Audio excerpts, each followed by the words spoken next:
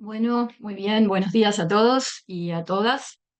Buenos días, estamos hoy en la comisión número 4 del noveno coloquio internacional de investigadores en diseño. Este es el segundo día, miércoles 24 de julio, de 12 a 14 horas. El coloquio es un espacio de la Semana Internacional de Diseño en Palermo, organizado por el Instituto de Investigación en Diseño de la Universidad de Palermo. Se realiza anualmente en forma ininterrumpida desde el año 2016. En esta ocasión se desarrolla en 42 comisiones donde se presentan los resultados publicados de 41 proyectos de investigación realizados por más de 600 investigadores y académicos de todo el mundo. La gran mayoría de estos proyectos se coordinaron y realizaron en forma colaborativa con más de 25 instituciones pertenecientes a 15 países. Paso a presentarme brevemente. Soy la arquitecta Daniela Divela, coordino la línea de investigación Diseño en Perspectiva y vamos a estar presentando el proyecto denominado Diseño, Innovación y Transdisciplinariedad 4, Inteligencias Naturales. Este proyecto ha sido desarrollado con la doctora Carla Langella de la Universidad Federico II. Aquí la tenemos, de la Universidad de Nápoles, Federico II, Italia, y el doctor y postdoctor Hamilton Vieira de Arruda, de la Universidad Federal de Pernambuco. Él seguramente en algún momento de esta comisión se sumará cuando llegue a tiempo a Portugal, porque está en viaje. Bueno, muy bien. Diseño, Innovación y Transdisciplinariedad 4, Inteligencias Naturales, es el proyecto 4.15 de la línea de investigación número 4. Esta línea nace en vínculo con la Universidad Carnegie Mellon de Estados Unidos y tiene proyectos, tiene 10 proyectos con la Universidad Carnegie Mellon y varios con otras universidades, entre ellas el Instituto de Arquitectura y Genética de la Universidad Internacional de Cataluña y las ya mencionadas y la Universidad Luigi Vanvitelli de Italia. Esta línea de investigación trabaja dos espacios pendulares que tiene el diseño, entendido como tercer cultura. El espacio, digamos, del diseño y de los diseñadores y de la acción del diseño siempre penduló entre el área de las humanidades y el área de las ciencias. Cuando se inicia esta línea de investigación en el año 2014, inicia su vínculo con los estudios de transición dentro del área de las humanidades, las ciencias sociales, la antropología y la historia, y luego, posteriormente, iniciamos nuestro camino hacia todo el vínculo con el área del diseño, con las ciencias y las tecnologías, obviamente. Entonces, a partir de ahí, esta línea tiene dos grandes series, una que se llama Visiones del Diseño con la Universidad Carnegie Mellon y una que se llama Diseño Bioinspirado, en la cual se incluye o se inserta o se integra este proyecto. Estos son los proyectos desarrollados en la serie Visiones del Diseño y a partir de ahora vamos a empezar a hablar muy brevemente como para situar a dónde está ubicado el presente proyecto. Este proyecto trabaja las relaciones del diseño con la naturaleza, la biología y la tecnología en un vínculo del diseño con el futuro. Tenemos desarrollados ya 4 proyectos que se denominan igual, Diseño, Innovación y Transdisciplinariedad 4, en un camino que va tomando distintas perspectivas. Estos proyectos los podemos ver acá, son el 140, el 149, el 190 y el 239, que es el que estamos presentando hoy, y guardan relación con dos proyectos, uno de ellos el 220, que vamos a estar presentando el viernes, ambos con la Universidad Internacional de Cataluña. Todos estos proyectos, estos 6, están trabajando el vínculo diseño-ciencias en el camino de el camino de la bioinspiración, del bioaprendizaje, es decir, atraviesa una cantidad de temáticas que son muy nuevas y vinculares con muchos otros campos, es decir, que son muy transdisciplinares para lo que es el diseño, y trabajan, por ejemplo, conceptos como permacultura, biomorfismo, biomímesis, biónica, biofilia, capitalismo natural, economía circular, ecología material. Obviamente, muchas de estas trabajadas desde un espíritu muy experimental, porque es algo bien de vanguardia. Finalmente, entonces, todo lo que tiene que ver con el biodiseño. Inicia con William Myers, más o menos hará 10, 12 años, él presenta a la biología como una herramienta nueva y sostenible para los diseñadores. Hay todo un espíritu de búsqueda en relación a estas nuevas demandas y están vinculadas con, podemos decir, con la preocupación por los efectos ecológicos y sociales que viene teniendo esta actual época o antropoceno y las dificultades para movilizar los cambios, los esfuerzos que hace el diseño y los diseñadores para instaurar, digamos, una economía circular en vínculo con la agenda de los objetivos del desarrollo sostenible, una aspiración potencial vinculada con que el biodiseño pueda reinvertir procesos industriales, mermando así procesos contaminantes, y de hecho pensar que si el biodiseño se orienta hacia una perspectiva social y ecológica más que tecnológica, probablemente puede incluir en él una amplia gama de actividades y personas, desde los procesos tradicionales hasta los contemporáneos, que utilizan métodos de baja o alta tecnología practicados por científicos hasta agricultores, es decir, se vuelve mucho más democrático.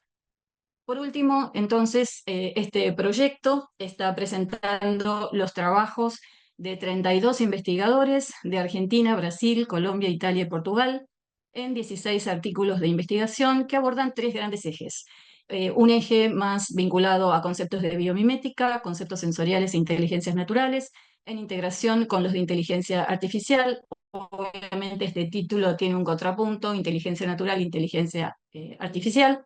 De alguna manera la madre naturaleza actuaría como base para comprender digamos, todas sus leyes y sus regulaciones y daría información, informaría al diseño para poder generar proyectos y aplicaciones. Un segundo eje, trabajado desde la bioinspiración, trabajando entonces cuáles son los patrones de la naturaleza, la transformación, la sostenibilidad y la innovación. Y un tercer eje, vinculado a la creación de biomateriales, más relacionado con enfoques híbridos, bioartefactos y exploración de variables como la biodegradabilidad, reinterpretación de escenarios naturales, simpoiesis, entre otros conceptos. Todos estos enfoques están aplicados a distintos tipos de proyectos. Pueden ser experimentales en diseño y arquitectura social, diseño inclusivo, de innovación industrial y biodiseño.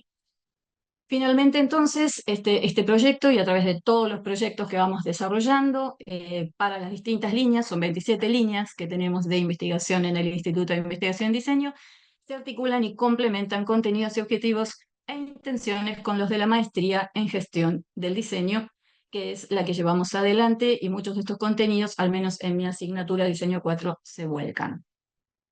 Por último, recordarles la dinámica de la comisión, que tiene un primer momento, que es esta pequeña presentación. Luego tiene la presentación que va a estar dando ahora Carla. Carla Langela va a hablar en unos minutitos y va a dar su presentación. Digamos, va a estar presentando este proyecto. Luego pasamos a la ronda de los expositores. Y finalmente tendremos un pequeño momento para debatir o para discutir si es que nos queda tiempo. Las ponencias tienen que ser de 5 minutos. Rogamos encarecidamente cumplir esos 5 minutos para que todos puedan hablar. El orden es el que tiene el cuaderno. Por ahí preguntaban dentro del chat. Vamos a seguir el orden que tiene el cuaderno si es que no tienen ningún inconveniente. ¿Sí? Y luego, es decir, todos los ponentes por la Universidad Federal de Pernambuco y la Universidad Federico II irían primeros. Luego estarían los expositores invitados por Universidad de Palermo y finalmente tendríamos un cierre. Bueno, voy a dar paso a Carla Langela para que ella pueda iniciar este momento de presentación de nuestro proyecto conjunto colaborativo. Dejo acá está, stop share. Thank you. Todo tuyo, Carla. Thank you, Daniela, for introducing the project. Welcome to everybody. Good morning from a scholar coming from America, and good afternoon to European scholars that are here with us. First of all, sorry for the double language. In an open philosophy, we decided Daniela, Hamilton and me to use both English and Spanish language. I'm very happy to be again with you all, in particular with Daniela, and I would like to thank Daniela for her effort and for the opportunity she gives us for introducing us in this project. Thank you. Daniela, thank you. As Daniela introduced in the call, we asked to the authors to indicate the subject of natural intelligence from different points of view, because this is a controversial topic in biologic field, but is a very interesting topic and subject for design. In particular for some areas of design, as biomimetics, obviously, as sustainable innovation, but also critical design and conceptual design. They are all the areas of design that are more involved in this topic.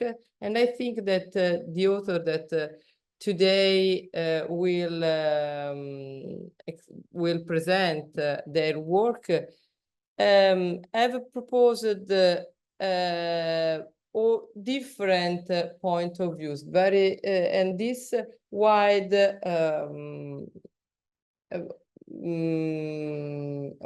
wide presence of subjects is very, very interesting. But I think that we have to start because the time is very straight, and I would ask you to stay within the 5 minutes. I will check, so I will stop you if it is necessary. I'm sorry for this, but let's start immediately with the first presentation. I'm sorry, I will read it in English, but obviously if you are going to present in Spanish, you are welcome. The first presentation is the impact of biomimicry on sensory experience, an analysis of the relationship between human senses and nature in the design process in architecture. I think that who is going to present? Elton Cristóbal, who is going to present this work, this paper. Elton, si estás online. Elton Cristóbal. Elton Cristóbal. Elton Cristóbal. Are you here with us? Sí, sí, está. Dice, here I am here. Okay. So I start to count the time from the first moment of the presentation. Ok. Me dice que no puede poner la cámara ni el micrófono. A ver, ahí viene. Hello. Muy bien. I'm sorry. Elton. Welcome, Elton. You can share your screen and you can start your presentation, please. Okay, just a second. May you all see my presentation? Yes. Yes. Okay. First of all, good afternoon, everyone. Authored by myself along with professors Hamilton and Luis Mateus. This study aims to explore how the integration of nature-inspired solutions can enrich the sensory experience of users in built environment. And our research is based on the understanding that nature offers not only aesthetic but also functional inspirations for architecture. So renowned architects such as Peter Zumthor and Pallasmaa advocate for a multisensory approach in architecture, engaging all human senses. This work highlights the need for a more inclusive approach, and that goes beyond traditional visual dominance to engage all human senses in a balanced manner. So to achieve these objectives, we employed bibliographic review and critical analysis methodology, and along with case studies. So I would like to highlight some case studies that exemplify the application of biomimicry and biophilia principles in architecture, as well as the possibility of integrating sensory experience in different ways. So first of all, the Sagrada Familia Cathedral in Spain, designed by Gaudí. This cathedral inspired by the structure of tree trunks to create arcs and columns that maximizes its strength with minimal material use. So this results in an efficient and aesthetically innovative design, providing a unique visual experience for the visitors. And second one, the Sound of Wind Chapel in Japan. This project uses form materials to create a natural symphony with the wind. So they steel strings at the top of the chapel and produce melodious sounds when touched by the wind, providing an engaging and relaxing auditory experience. And then United Kingdom Pavilion in China, known as Seed Cathedral. This pavilion has a structure that emulates the texture of seeds, offering an organic, tactile experience. Each rod of this structure contains real seeds, creating a tangible connection with nature. And now the Bosco Verticale in Italy. And this building incorporates vegetation into the facade, offering seasonal aromas and creating a suitable microclimate along the year. And this one is Gate Century in Zimbabwe, a very discussed project while studying biomimicry, inspired by the termite mound. This building uses a natural ventilation system that maintain a stable internal temperature, reducing the need for artificial heating and cooling systems. So this approach is not only energy efficient, but also provides a thermal comfort for the users. And finally, the edible schoolyard in the United States. This project integrates gardens into the school environment, allowing students to engage directly with the source of their food. So the results of our research indicate that adopting biomimetic and biophilic strategies can lead us to the creation of spaces that enhance both functionality and the quality of life for users. Biomimicry significantly contributes to the sustainability and energy efficiency of buildings. And additionally, by enriching the sensory quality of the architectural spaces, these strategies positively impact the health, well-being, and the satisfaction of the users. It's possible to conclude that biomimicry is a promising field in architecture, as we already know, but capable of creating environments that consider the sensory and emotional interaction of users. And by integrating natural principles into design, it's possible to develop structures that promote a deeper connection between humans and the built environment, resulting in a more harmonious and beneficial spaces. And through our research, we highlight that the fusion of biomimicry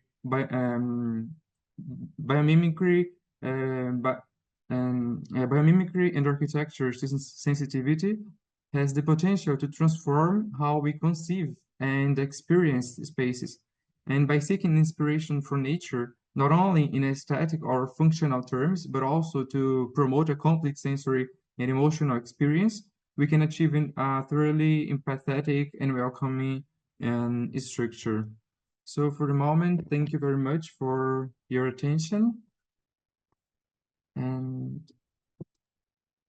thank you very much. We can go on with the next presentation. I would like to ask to Pedro Afonso Martins Altissimo to present his paper titled Biomaterial Experimentation with the Bone Residues for the manufacturing of a bone china porcelain. Please, you can Pessoal, start your presentation. eu vou apresentar aqui então, peraí. Eu vou falar em português, tá? Eu não sou muito fluente tanto em espanhol como em inglês, então eu me sinto mais à vontade de apresentar em português, se vocês não se importam. Okay, don't worry, please share your screen. Remember, Sim, 5 minutes. Okay, thank you, you can start. Muito obrigado. Primeiramente, eu queria agradecer a todos pela oportunidade e queria agradecer também ao professor Felipe por essa oportunidade.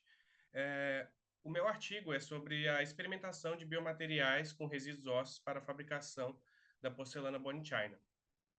Eu sou da Universidade Federal de Santa Maria, junto com o Laboratório Nova, eu sou do Desenho Industrial. Estão conseguindo ver certinho? Aí. Primeiramente, a gente precisa se situar.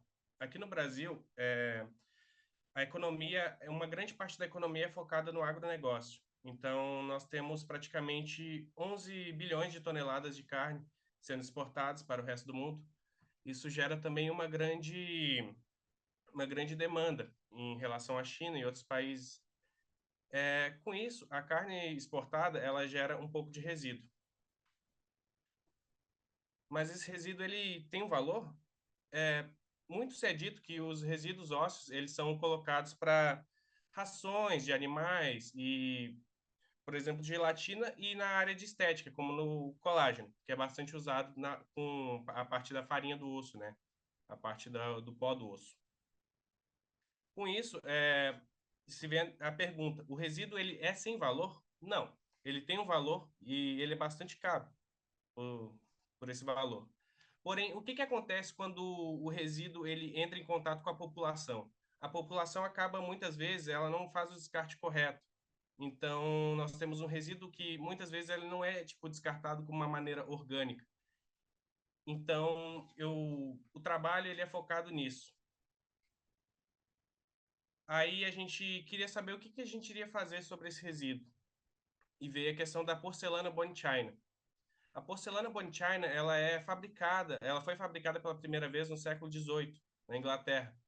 E o nome é Bone China por causa que ela foi uma contrapartida, como se fosse uma separação da porcelana chinesa. Então, tínhamos de um lado a porcelana chinesa, que tinha um alto valor agregado, e queriam fazer como se fosse uma maneira de um negócio à parte. Então, criaram algo para combater, assim, entre aspas, a porcelana chinesa. Então, veio a Bone China. A Bone China, ela tem umas diferenças da porcelana chinesa. Ela apresenta, além de ser um biomaterial, ela apresenta também uma resistência maior que a porcelana chinesa. Apresenta também uma qualidade, que tem uma translucidez. Então, comparado ali as duas imagens, uma porcelana chinesa que não tem translucidez, uma porcelana chinesa e a porcelana Bone China com translucidez. Peço desculpas, estou um pouco nervoso. A composição da porcelana Bone China, ela tem em sua composição 50% de osso, 25% de feldspato e 25% de caolin. Em contrapartida, a porcelana chinesa, ela, em vez de usar o pó de osso, no caso, ela usa o quartzo. Então, eu vou começar agora a passar para os processos. A experimentação, em geral, ela foi teoria e erro, tentativa e erro, no caso. A gente sabia o que a gente tinha que fazer, porém, a gente estava meio que atirando no escuro. A gente não sabia como que a gente ia fazer do jeito certo. E foi meio que assim que a gente foi meio que brincando, assim, experimentando as coisas. Tudo começou com eu indo no mercado. Eu comprei essa parte do osso, ela é uma parte tirada do ossobuco de um gado bovino. Esse ossobuco, esse osso ele foi limpado e passou por um processo de limpeza primeiro para tirar os resíduos mortos. Então, ele foi aquecido ele foi colocado em água quente por 12 horas.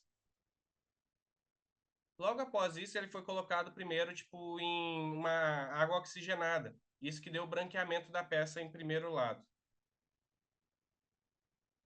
Após isso, ele foi colocado num processo de queima, que ele ficou queimando a 1000 graus por 12 horas. Então, ele ficou assim. Ele praticamente tirou tudo que restava, assim, e ele ficou fácil de malhar. Então, qualquer coisinha, qualquer mexidinha que você dava, ele acabava por se quebrar. Nós começamos o processo, como eu disse, na tentativa e erro, nós optamos por um martelo em primeiro lugar. O martelo, por ele ter uma superfície de contato muito pequena, ele acabou esfarinhando e toda a farinha do osso ele praticamente foi saindo.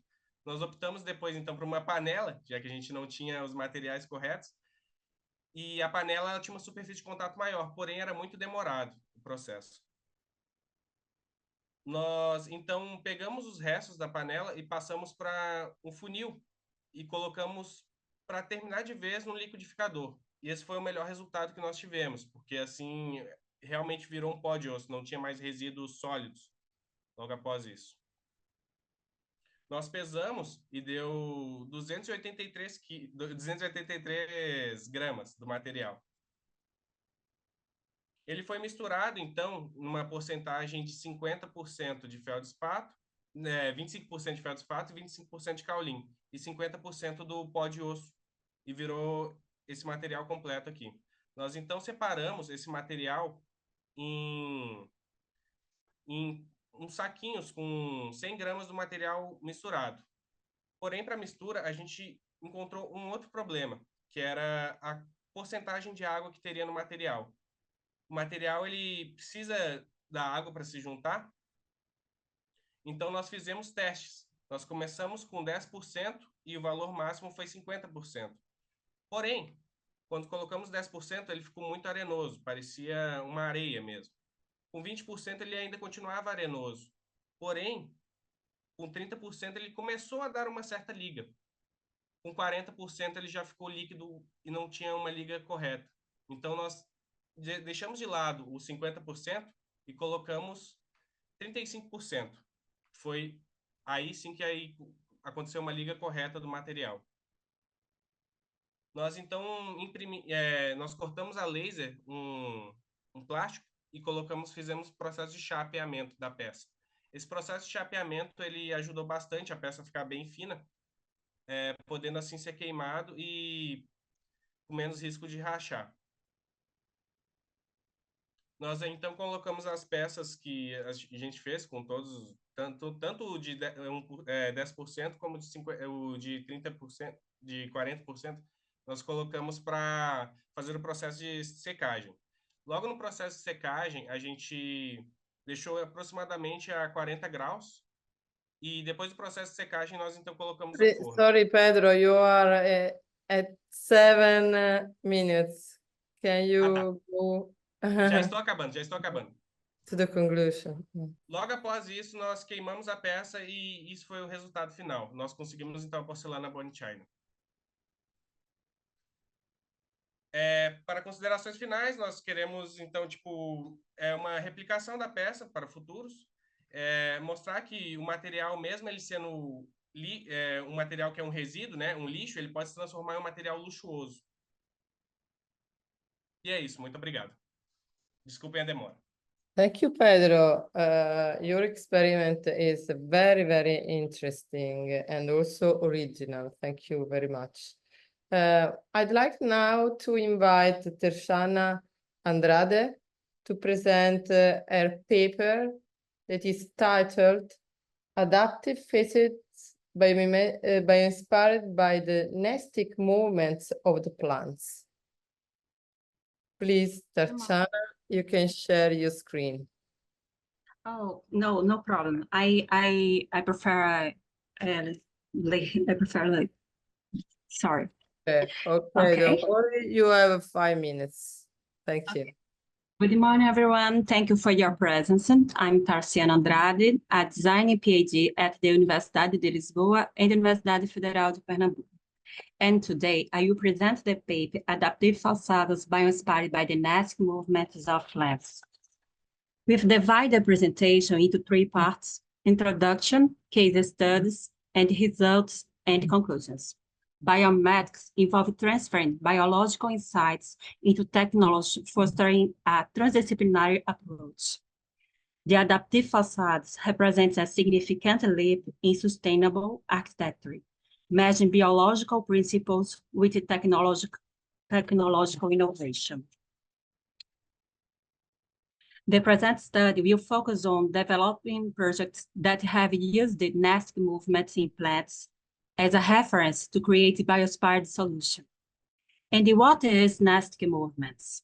Nesting movements of plants refer to non-directional mechanical movements are response to external stimuli, which do not depend on the direction of the triggering stimulus, and they remain reversible. Two parameters such as nesting movements, reference organism, adaptive facades control stimuli, and material deformation strategies.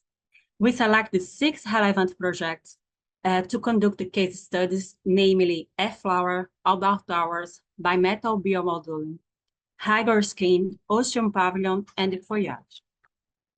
We developed a comparative analysis between the projects. The case studies employed different organism strategies, such as the reversible open and closing movement and the flexible mechanical deformations of the plant.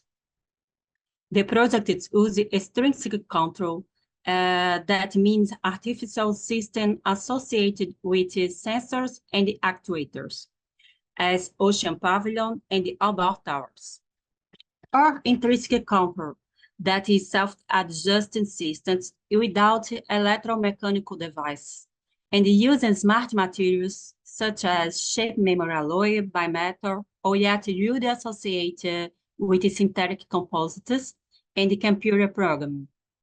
Examples of the projects with intrinsic control include the F-flower, bimetal biomoduling, foliage, and the hydro skin.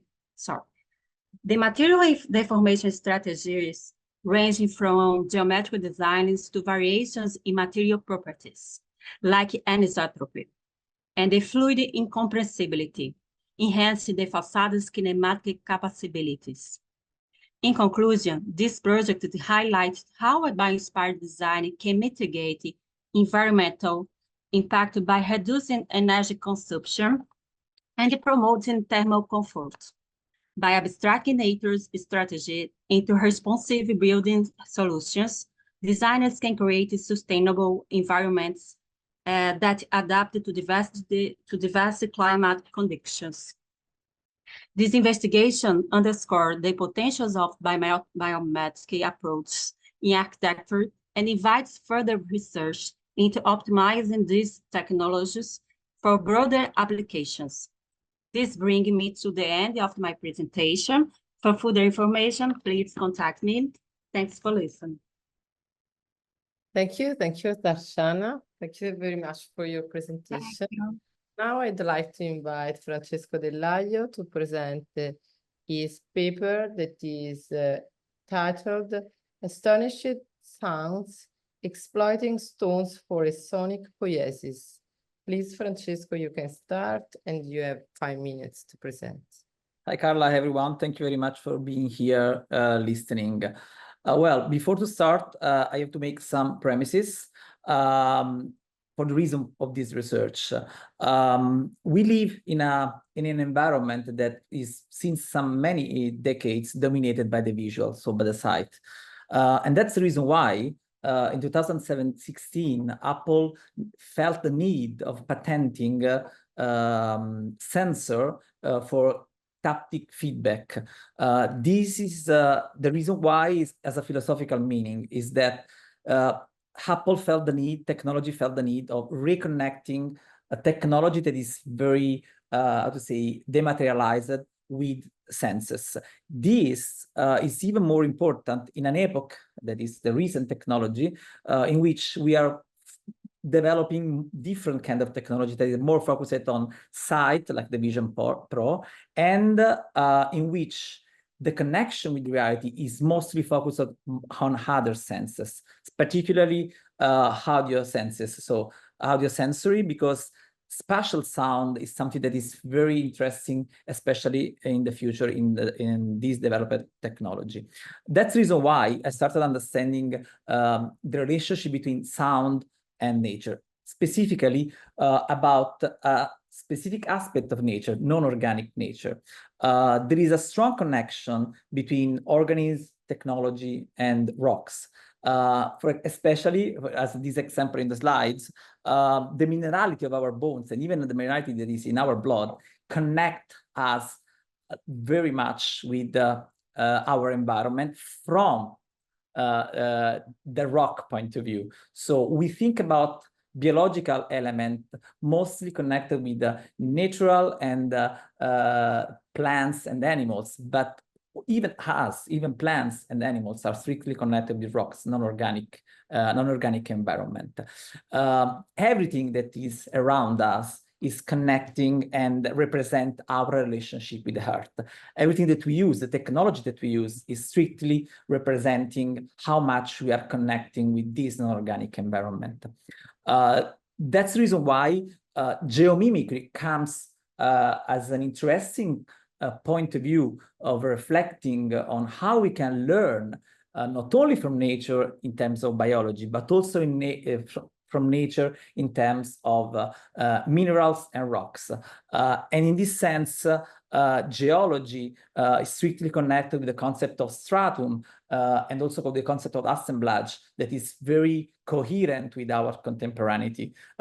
In this sense, this metaphor of stratum that is very common in geology, it's very interesting to understand and to get some element to transfer in our environment from the design perspective. In this sense, the exploration about sounds, the exploration about frequencies has a long history in the connection between us and sound as a human being.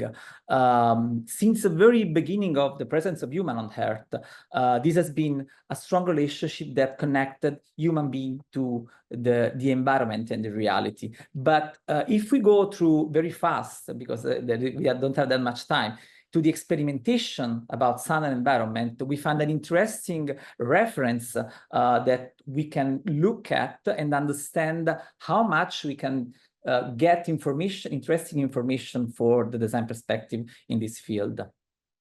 I also had that listening is a very ethical practice. This is related a lot with the idea of keeping more time for the understanding. The visual, our main sense in this moment is keeping us from the deep understanding. Instead, listening oblige us to understand more in deep, understand with a long time span, and give us time to make more reasonable understanding of what we have around. For this reason, there is a lot of project that goes from art to technology that are understanding how much we can deal with sounds and listening as an experience more than as a project, to understand how much deep is the relationship that we have with the technology. These are some examples that come from the past, but are very interesting from different point of view, from the architectural point of view, from the understanding of the space, from the understanding of our relationship with the body and the environment. So my main focus at this point was to connect these two elements, the auditory elements and the rocks, the non-organic part of our environment. And this is a way of also to a sort of retribalizing the way in which we connect the environment. If we think about the relationship that in the very early stage of our presence on the planet, we had with stones, we had with the environment, was very, how to say, empathetic. And we should come back to this kind of empathization with the environment. In this sense, the matter start to have a different, more deep meaning for us and more deep ethics in the relationship that we have with the environment. In this sense, at the end of the research, I'm proposing a concept of digital gongshi. Gongshi is these scholar stones that are very typical in the Asian culture, both Chinese, Korean, and Japanese, and it's a way of bringing inside a built environment, inside a human space, part of the nature, part of a non-organic nature, to think and reason more about that. What I'm proposing is using element from rocks and stones to create something that is giving us the possibility to look better, reason, and understanding more about how we can relate to the environment. So basically, a digital gongshi is not a physical object. It's a way of using rocks structure. That's what I've been doing in the experimentation, to understand from their capability, from their reaction with the environment, frequencies and sound, how they react with the environment, how much we can learn from this environment in a perspective in which the intelligence become an hybrid interconnection between natural, non-organic, and technology.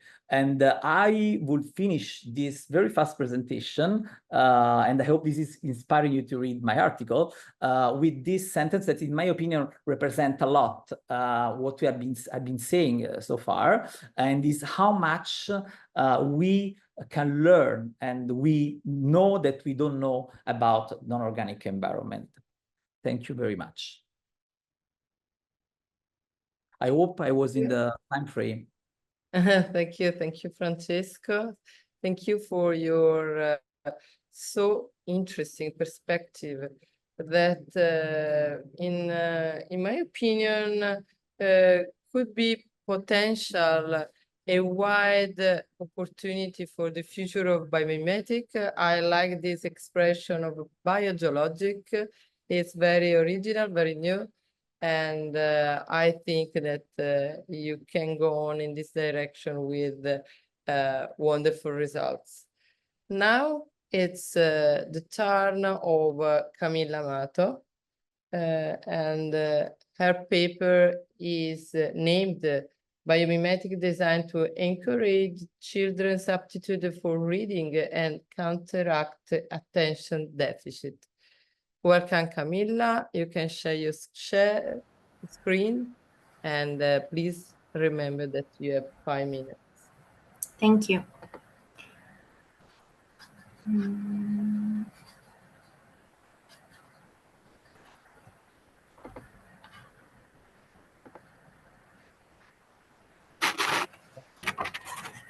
So, good evening. I'm Camilla, and this article analyzes how our increasingly fast-paced and hyper-technological lifestyle has brought with it countless problems, especially for the youngest.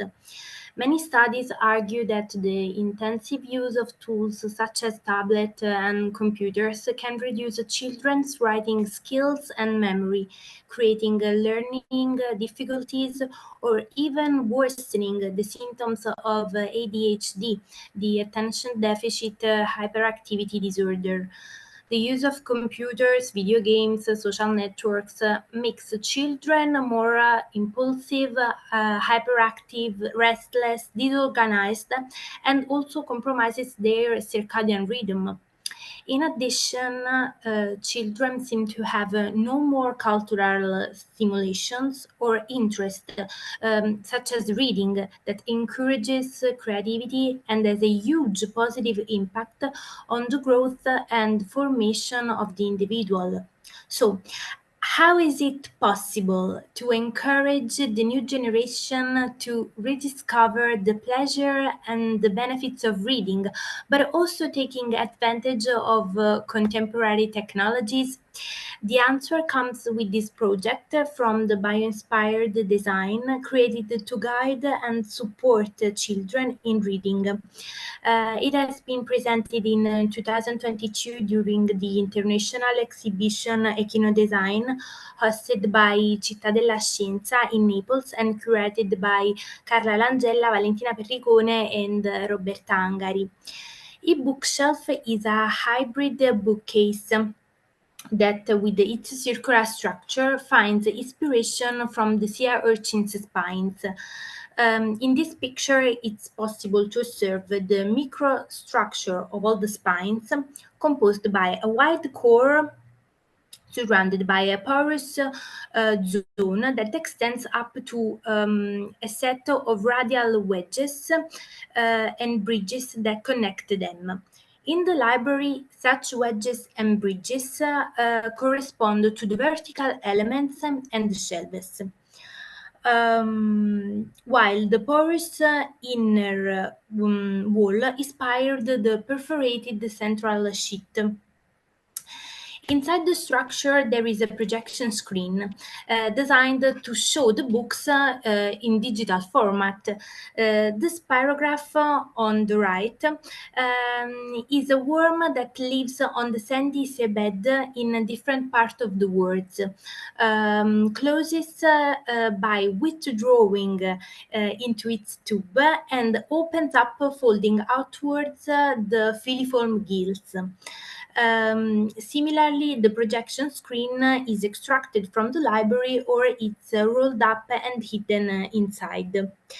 In this way, reading becomes a moment of sharing or learning, allowing parents to follow their children in reading and making also the moment of studying more lighter, easier. In addition, reading aloud with children helps their social and emotional development, as well as strengthening the parent-child bond. Listening to a story means exercising working memory and attention. These benefits would help dealing with the typical symptoms of ADHD. This example of union of design and nature offers a useful tool for the dialogue between technology and reading, allowing the future generations to enjoy the benefits of both worlds. Thank you. Camilla, perfect in time. Thank you very much for sharing with us your project that connects the subject of intelligence in nature with the subject of human intelligence, in particular of kids' intelligence. So thank you. Now I'd like to invite to present their paper, Julian Costa. Are you here, Julie? Yeah, I can't see your name. The name of the paper is Smart Biophilic Patterns, a study of guidelines as an innovative tool for the renovation of internal environments of social housing. Please, Julie.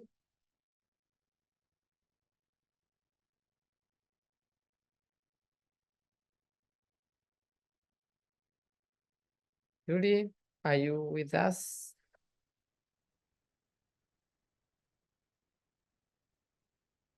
Julian? I'm activating the audio of Julie. Julian Costa. Or Tarsana as well, but I think that Julian is going to present. Está intentando. Ahí va. Tarsana, what do you know about this presentation? Only minutes, please. Okay. Julian? Only minutes, please. Julian. Julian is talking. O áudio está saindo, mas não está abrindo o vídeo.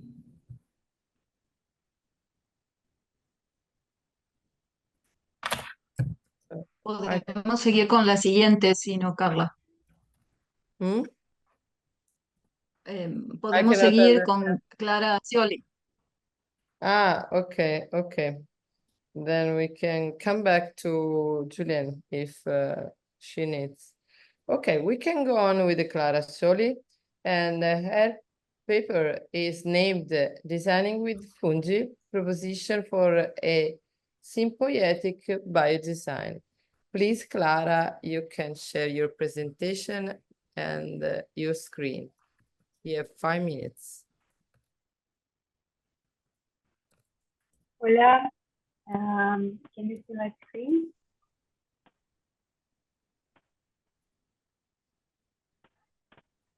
Yes, can you hear me? Sí, se ve.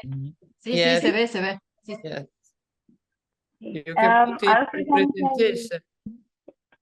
Okay, I'll present in English because I'm a bit more comfortable with that. So my project is the article is part of my master project, and I wrote with my tutor, that is Carlos Franzato, that is also here. And I'm gonna read it because I'm a bit nervous, so I think it's easier, it's better. So it's the article is about the ethics in your design projects and researches through a theoretical and practical investigation and designing with fungi. So I'm working with this fungi beings and trying to co-create with them, trying to understand this possibility of species creation. And it's from a perspective of the dependencies, and the multi-species life. The paper goes to presenting some different types of relations with other living beings involved in design creations and processes.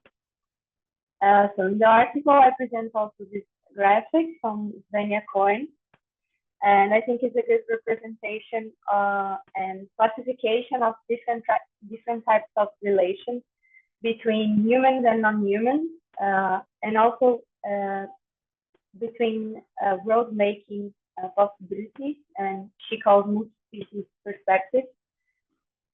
So based on this graphic, I go through also examples of projects in design, architecture, and art.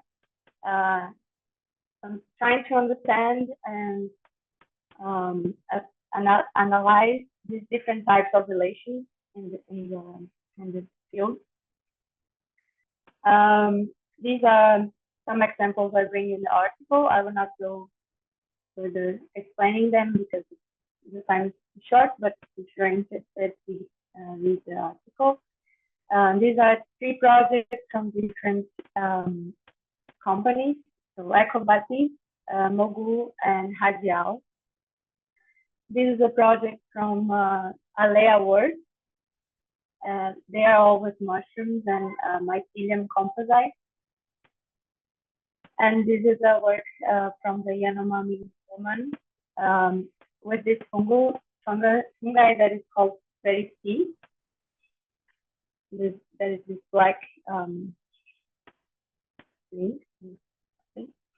In the article, I also bring the concept of that Donna Haraway used, that is symbiosis, to try to bring to the design, transpose these terms to the design, to articulate with the ethics in design and more respectful ways of relating to other beings in the processes.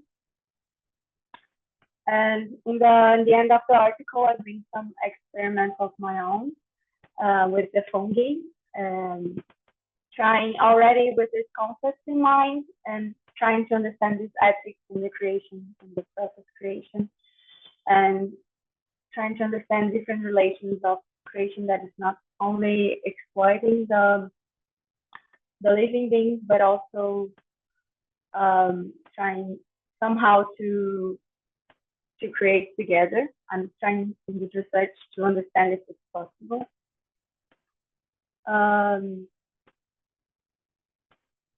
I think that's it. If Carlo wants to say something else, I don't. Well, it's okay. I also say hello to everybody, and thank you, Clara, for your presentation. Okay, thank you, Clara and Carlo, for your wonderful work. I really appreciated the results of this experiment, and also this night picture. I loved that pictures. Thank you very much. So now is the time of Antonio Enrique Silva Noguera with the paper. Are you here, Antonio?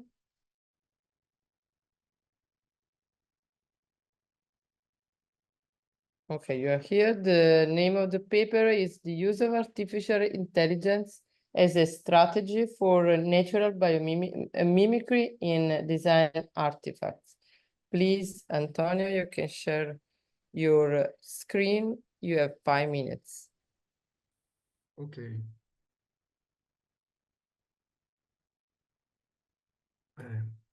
Olá a todos, buenas tardes. Es un inmenso placer poder participar en este encuentro. No soy un hablante de español, pero espero que todos puedan entenderme. Eu sou Antônio Nogueira, doutor em Desenho pela Universidade Federal de Pernambuco, e hoje apresentaremos o artigo científico titulado Utilização da Inteligência Artificial como Estratégia de Mímesis Natural em Artefatos de Desenho, em coautoria do professor Hamilton Arruda. A princípio, o conceito de mimesis foi contextualizado na filosofia a partir das visões clássicas de Platão e Aristóteles. Para Platão, a mimese é uma imitação negativa, uma mera cópia. Para Aristóteles, a mimese é como um acto criativo que oferece possibilidades positivas, sendo capaz de modificar a natureza, complementando-a e promovendo melhorias.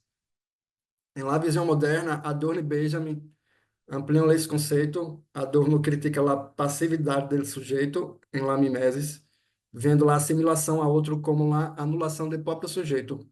Benjamin vê la mimesis como uma resposta natural do ser humano em las semelhanças do mundo. Por definição, la mimesis significa a imitação ou representação da realidade. Em desenho, um artefato é considerado mimético quando hace referência a outro artefato ou elemento simbólico. La mimesis involucra a fonte, objeto de inspiração, e o objetivo, o artefato resultante. Né? Pero, o objetivo desse artigo tem como principal evaluar a eficácia da utilização de recursos de inteligência artificial, especificamente do software Midjourney, em la criação de artefatos que adoptam a amnésia. Esse conceito, o experimento de geração de alternativas se realiza em 3 etapas. A etapa 1, utilização da inspiração em um elemento específico da natureza. Etapa 2, incorporação dos padrões naturais sem vincular-se a um elemento específico. E etapa 3, criando uma síntese metodológica a partir do método de la caja morfológica. Eu vou mostrar as imagens, que aí fica mais interessante.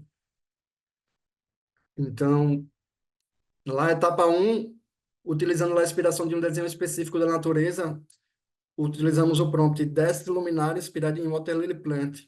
Em português, que é a minha língua nativa, essa é a planta Vitória Régia.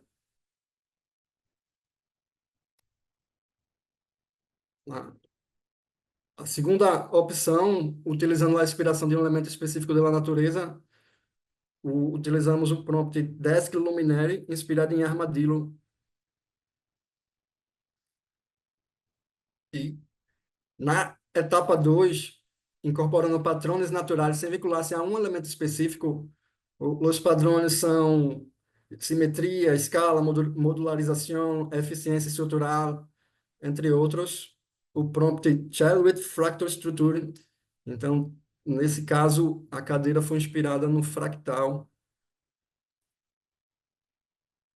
E ainda na etapa 2, utilizamos o padrão geométrico triangular para repetir. Então, e na etapa 3, criamos uma caja morfológica e levantamos várias categorias e fizemos a combinação de todas as categorias. No grupo 1, a combinação foi equinodermo, esférico, esqueleto, liso, translúcida, e assim a seguinte, no grupo 2, grupo 3, e o resultado foram esses. Então, toda vez que o Midjourney processa a imagem, ele cria 4 imagens, e a partir dessa imagem a gente cria variação. Então, essa foi a variação da 4ª imagem. A variação dele, a 4ª imagem. Aqui também, a variação dele, a 4ª imagem. Novamente. Esse exemplo foi inspirado num crustáceo, né? Aqui em português, o crustáceo. Enfim, depois, ainda na terceira etapa, criamos a carga morfológica de uma maneira diferente. Ao invés de combinar os textos, combinamos as imagens. Então, a partir do software, utilizando o comando Blend do Midjourney, que ele mistura duas imagens, criamos essas imagens híbridas misturadas. E, a partir dessas imagens, no próprio prompt, que ele pode também criar imagens a partir usando outras imagens como referência e o texto, nós colocamos o texto Modern Desk Lamp, mais o link da imagem, né? Então, uma imagem como referência, mais o texto, aí gerou essa imagem, a segunda imagem aqui. E assim por diante, né? Essa terceira imagem.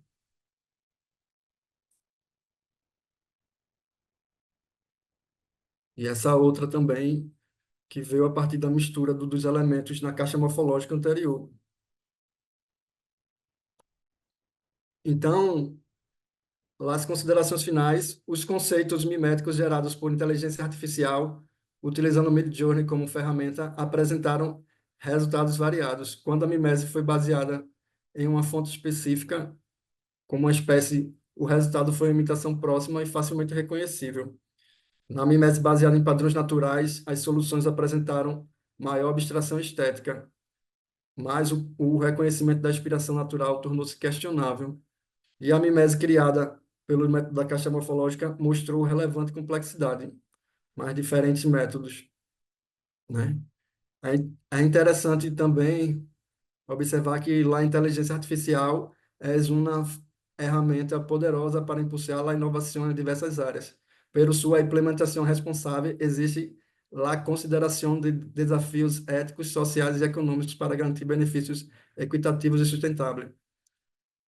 A IA não pode replantar completamente o projeto integral do desenho, que involucra funcionalidade, ergonomia, estrutura e materiais. Pode ser uma ferramenta valiosa para a geração criativa de alternativas, funcionando como uma geradora de ideias visuais.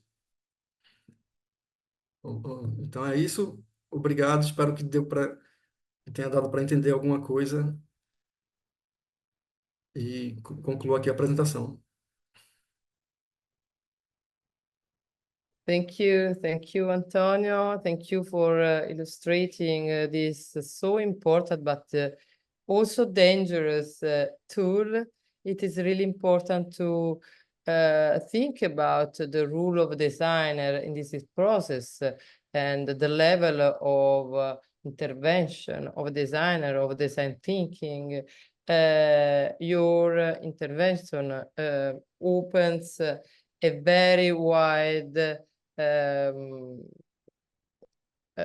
scenario of questions of subjects.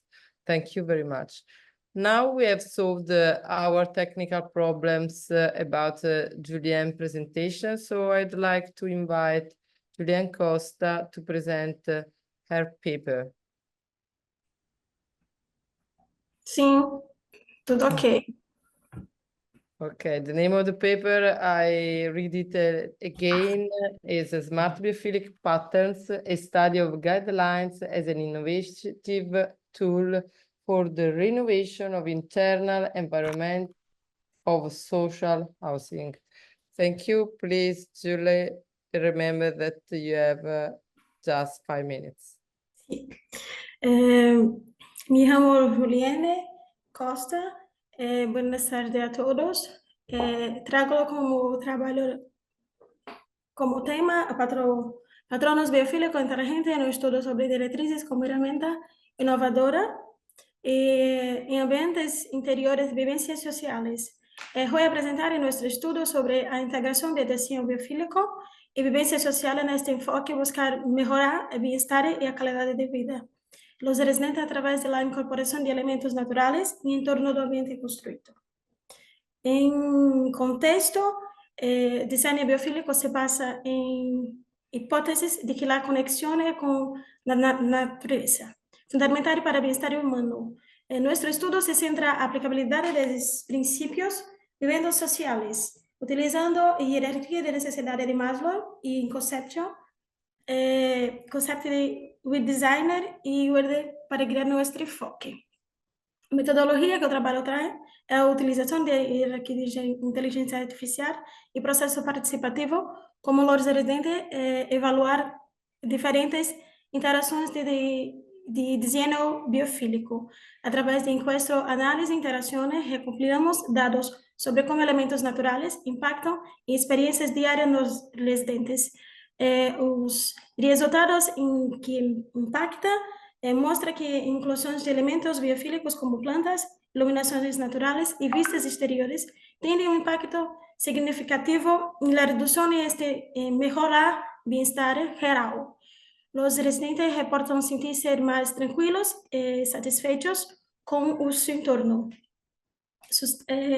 O design biofílico não só melhora a qualidade de vida, sino que também fomenta a sustentabilidade, a compreensão de materiais reciclados e práticas de construção sustentáveis. Contribui à comunidade para residentes conscientes do meio ambiente. Futuras investigações de trabalho. Nosso futuro é central a utilização de inteligência artificial e optar a desenho biofílico. Planeamos desenvolver interiores como solo esteticamente agradável, sino também adaptativo nas necessidades cambiantes dos usuários. Conclui-se que o trabalho de desenho biofílico em vivências sociais é uma estratégia eficaz para melhorar o bem-estar e a qualidade de vida dos residentes, además de promover práticas sustentáveis e fortalecer o sentido de comunidade. Colaborando por esses projetos colaboradores, esperamos que nos próximos trabalhos inspirarem boas práticas, promovendo um entorno mais sustentável e sostenible para todos. Gracias. Thank you very much, July. Sorry for the technical problems. Sorry. Now I'd like to invite Marcelo Vicente da Silva. Are you here, Marcelo, to present our paper?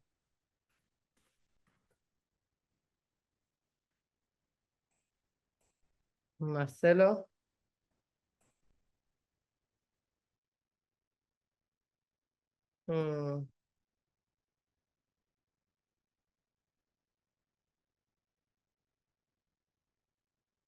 Is Marcelo with us? Hello. Hello, Marcelo. Okay, can you Would you like to allow share my... your... you need to allow your sharing. Is it possible? I allowed your... Okay, just okay. a second. Okay. Share Okay. screen. Try to... it is not possible? No, yes, I'm just Okay. Please sharing it. try to solve the problem. In the meanwhile, I Okay. read the title of the paper that is Design and Science Hybrid Approach for Material Experiences, Reinterpreting Napolitan Tap. Okay. Marcelo, remember that you have 5 minutes Okay. as soon as you have the opportunity to share your video. Okay. Can you see the screen? Yes, sure. Okay. So let me put here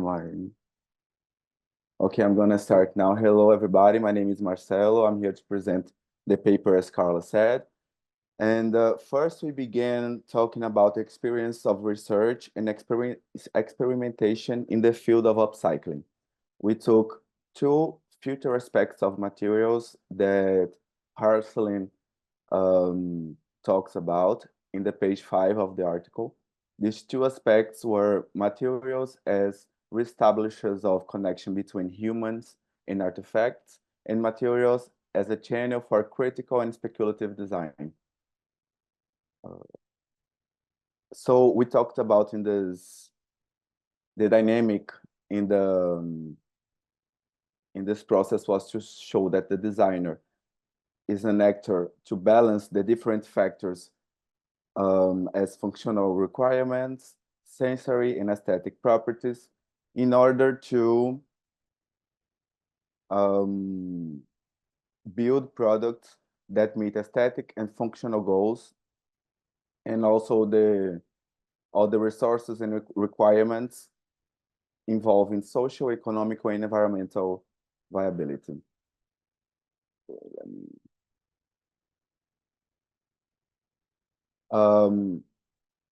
After that, we talked a little bit about the raising awareness of history and sustainability through intelligence of nature. I can summarize the main idea of Lee Garrison. She states that sustainability is the byproduct of regeneration. So the workshop was inspired by the need to encourage regenerative acts while collectively discuss and propose artifact solutions. The unsustainable use of virgin stone, specifically the yellow Napolitan tuff, was the main point. And the workshop is a tool to highlight the material characteristics of tuff, which, through analogies, evoke cultural and historical elements. We also, oh my gosh, okay. We also talked in this process of the workshop, the main topic was making the invisible visible, Napolitan yellow tuff as an input for material experiences, workshop, and exhibition. So we followed these 6 main steps, which were introducing the archaeological value of tuff through the collaboration of museology and art professionals. Secondly, geological process, chemical and mechanical and physical properties of tuff. Afterwards, we proposed to the students to make independent research, integrating the scientific aspects with the possibilities of stone upcycling in presentation of representative concepts and products. And after that, we divided the students in 5 groups, and each group made material experiences of do-it-yourself and follow up with the scientists, and afterwards the exhibition.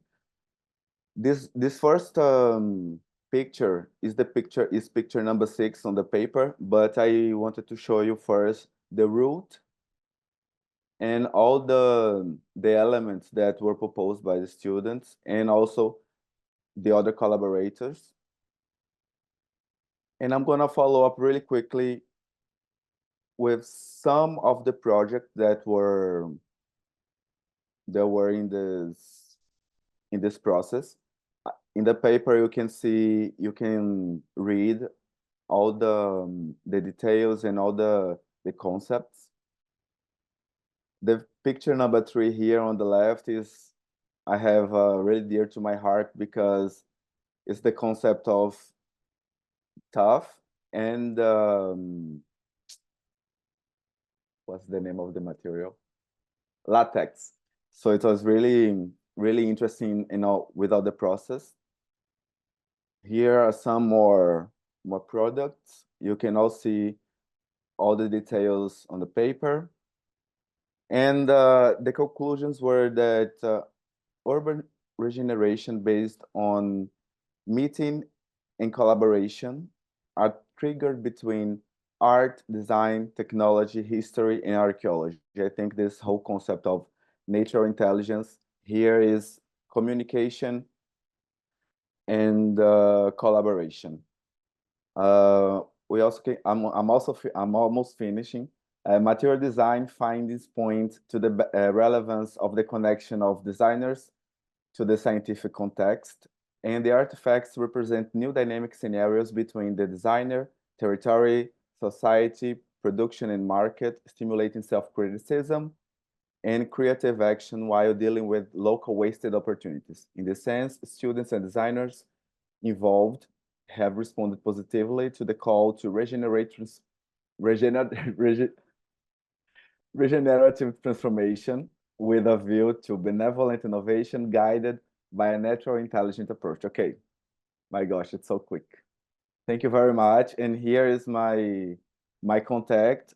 In the paper, we have the contacts of all the authors, and feel free to ask any questions. Thank you. Thank you, Marcelo. Thank you very much. Thank you for the illustration of our project and also for the respective of the time. Okay, now I'm going to present two papers because I'm sorry my co-author were not available today for personal reason. So I'm going to share my video.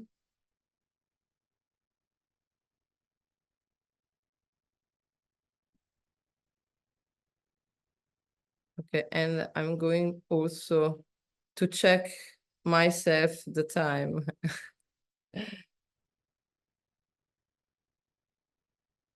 Okay, the first paper that I'm going to present is Material Design Meta-Protocols, a method for design-driven experiments in the lab. This paper is the result of a research that has began 10 years ago, probably almost more. And we started with the PhD of Enza Migliore. She was a PhD in Vanvitelli University. Now she is a professor in Shenzhen University in SUSTEC School of Design in Shenzhen in China. And this work was a collaboration within design. I was a Enza tutor at the time with a chemist, Letizia Verdolotti from CNR, and a material engineer, Barbara Liguori from University of Naples. We started to investigate the relationship between one of the most interesting expression of natural intelligence, porosity, and the design. We thought about and we studied the opportunity of translating some design strategies that we can observe in nature, in natural porosity, and to translate them in design. In particular, we studied sponges, vegetal sponges, animal sponges, bones, and also diatoms. During this part of the study, the biological study, we discovered that porosity is a very intelligent strategy because through porosity, nature obtains lightness, obtains a reduction of material and energy, obtains the opportunity of filter materials or nutrients, or to defend from the bacteria or other microorganisms. So we decided to translate all this kind of intelligences, this form of intelligences in the design of different kind of products. And we did it, Enza in particular did it with a particular approach that we called Designer in Lab. This is an approach that was developed inside the Hybrid Design Lab, the lab that I founded in 2006. And this approach consists of participating by the designer into the lab and scientist experiment, into observing the scientist experiment, and then transform and translate these approaches, these scientific protocols in design protocols. So in this slide, we explained some of the different kinds of experiment that ANSA followed, probing experiments in which we observed the scientific protocols and tried to modulate them and to change slightly something of these approaches.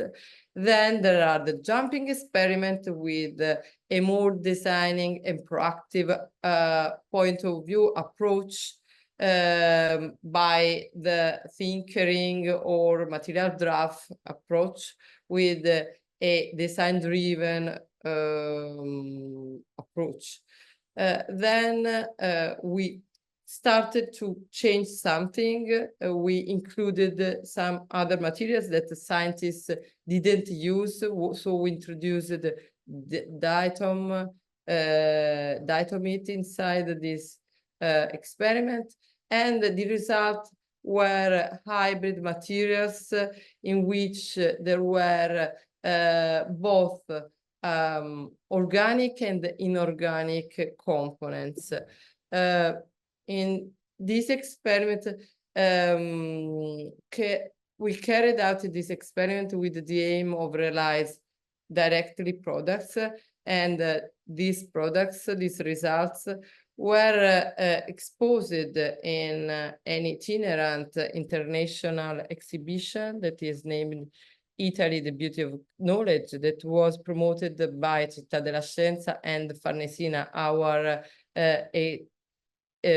international ministry. This project with other projects moved in different ways, different places in the world to explain this approach of hybridization between design and material science. Now I directly move to the second presentation. I'm sorry, because it was necessary because my co-author asked me to present on behalf of them. And the second presentation is about the paper Communicative Intelligence from Biology to Design Perspective. I'm the only one designer in this group because Flavia Borghese and Valentina Perricone are both biologists. So this is a transdisciplinary work.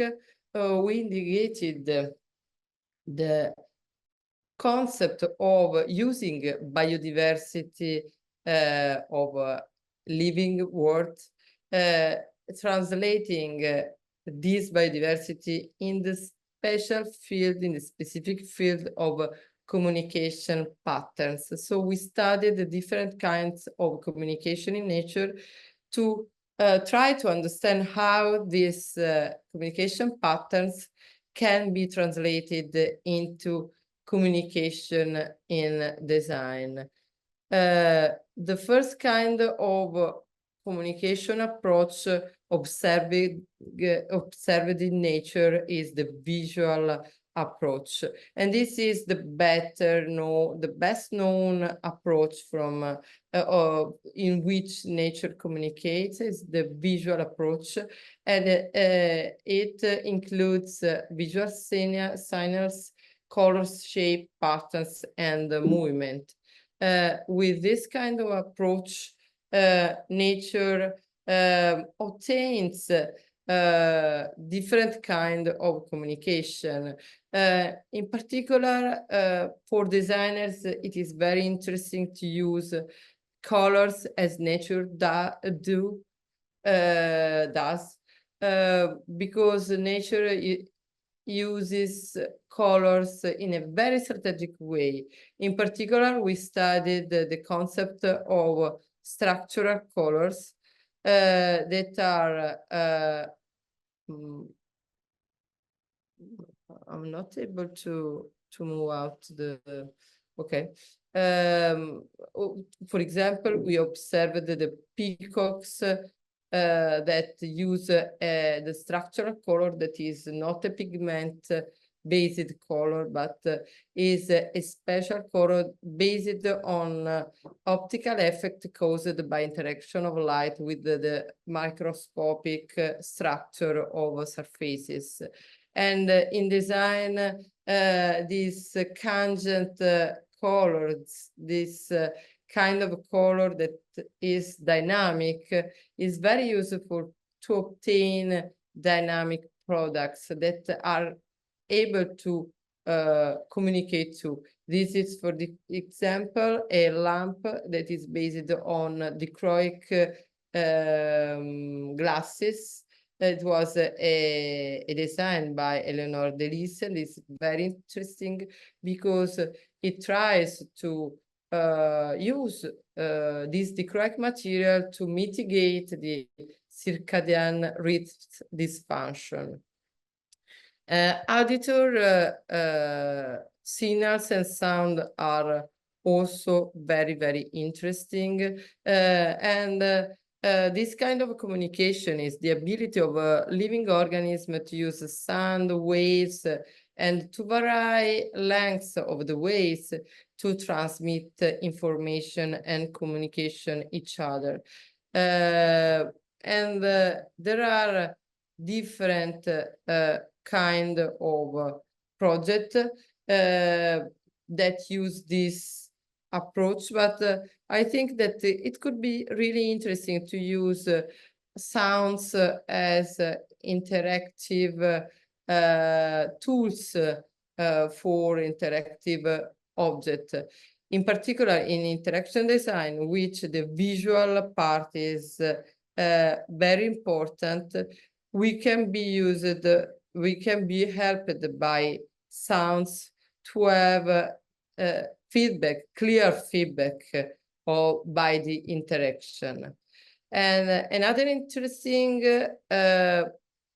kind of signal in nature is the chemical signal. Probably it is the less known by designer, but there are a lot of opportunity to use it.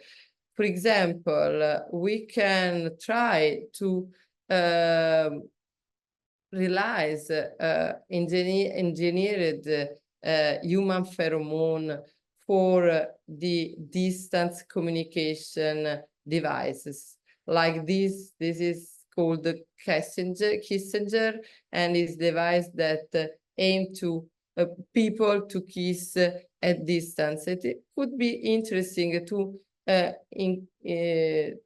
introduce the concept and the principle of human pheromone to transfer also other feelings that are more physical, more connected with the physiological part of feelings or sentiments. Mechanical interaction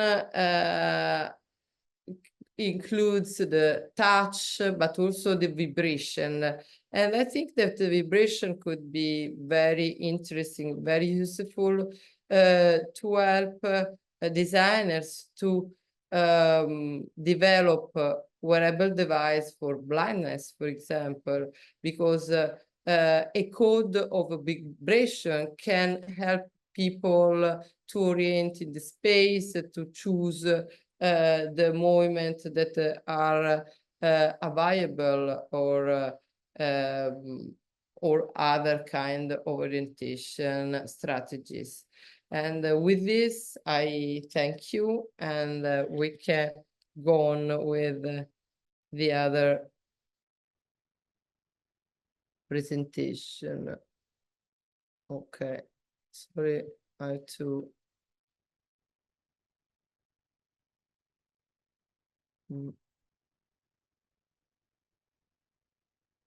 To exit, but okay.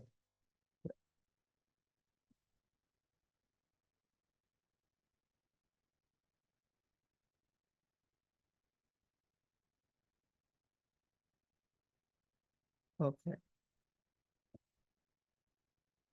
Okay, now the next paper is from Carlo Santulli. Carlo, are you here with us? Yes, you are. Yes, yes. Can you Okay. hear me? Yes, Okay. I can hear you. The name of the paper from Carlo is The Variable Response to the Environment of Plant Stems as an Example of Natural Intelligence. Carlo, do you have a presentation?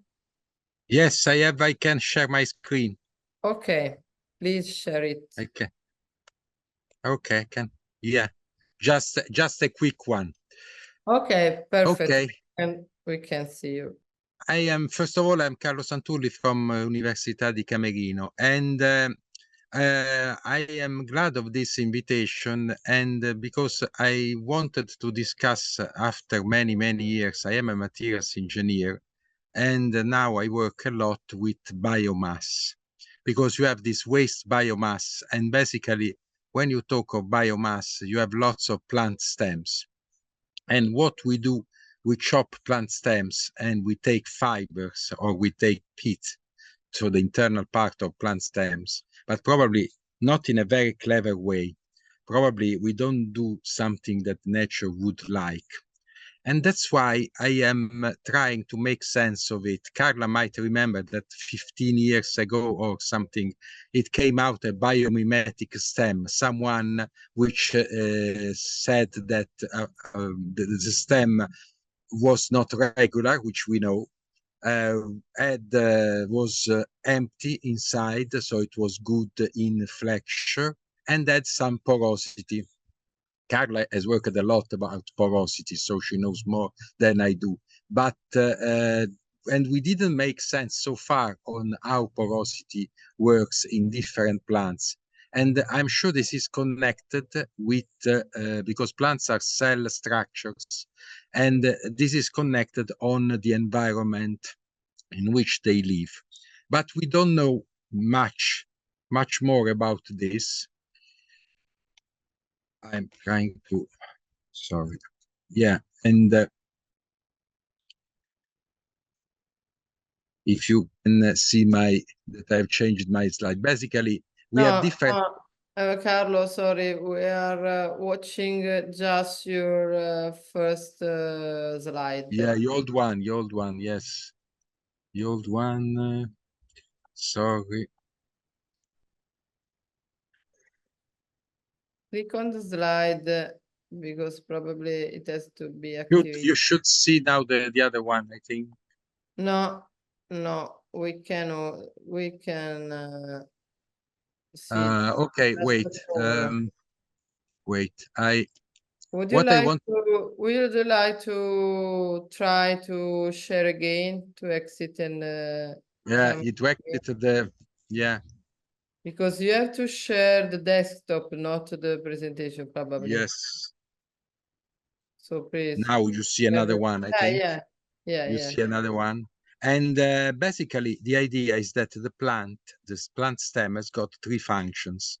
Has got a function of protection from the outside, from flexure in between, so the cellular structure, and a compression or impact structure in the inside. I have no answers so far. I'm trying to make sense because I studied a number of plants. I am an engineer, so I am not a biologist, but I am trying to make sense on how they decline these three different functions: the protection from the bark, the flexure from the phloem, and from where the fibers are taken from. Basically, most of the time we take the fibers from the intermediate part. Although in the last few years we have taken also the fibers from the bark, and they have different qualities. But in practical terms, we don't exploit so much the protection sense. And the literature is quite poor on that. We are still trying to make sense of something. For example, there are a few studies on sunflower, because sunflower is very well, also emphatic in a sense.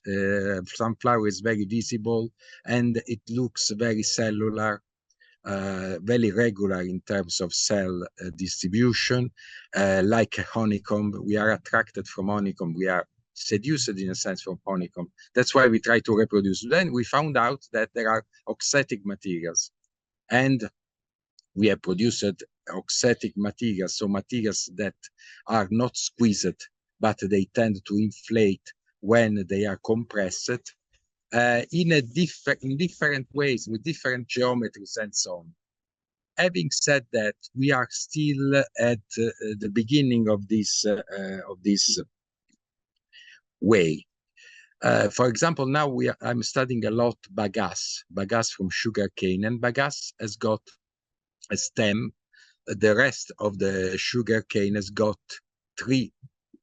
a division in three different parts with three different properties. Again, protection, flexure, and compression. And I'm sure if we are able to make a database out of this, that we are able to be more effective in ensuring these three properties. Then there are other functions of the plant. For example, the solar panel function that the leaves have. We are still very ineffective in making solar panels because we don't consider that the leaves, for example, have a cellular structure inside. Then you have the cladodes, for example, in Indian figs, the cladodes, which are solar panel plus reservoirs. So many different functions. My conclusion, I want to keep it very short. My conclusion is that there is a relation between the stem, between the architecture of the plant and the function, and the different functions. But to apply this into a bio-inspired way is not obvious, and we need to investigate this. And I can just thank you for your attention, and I'm going to carry on working on that because I find it's very interesting. Because I am also proposed with more and more different types of plant, which to me get as waste. And I need, in terms of upcycling, to make the most of this waste. That's my challenge, in a sense. Thank you. Thank you, Carlo. Thank you for your deeply and technical studied paper.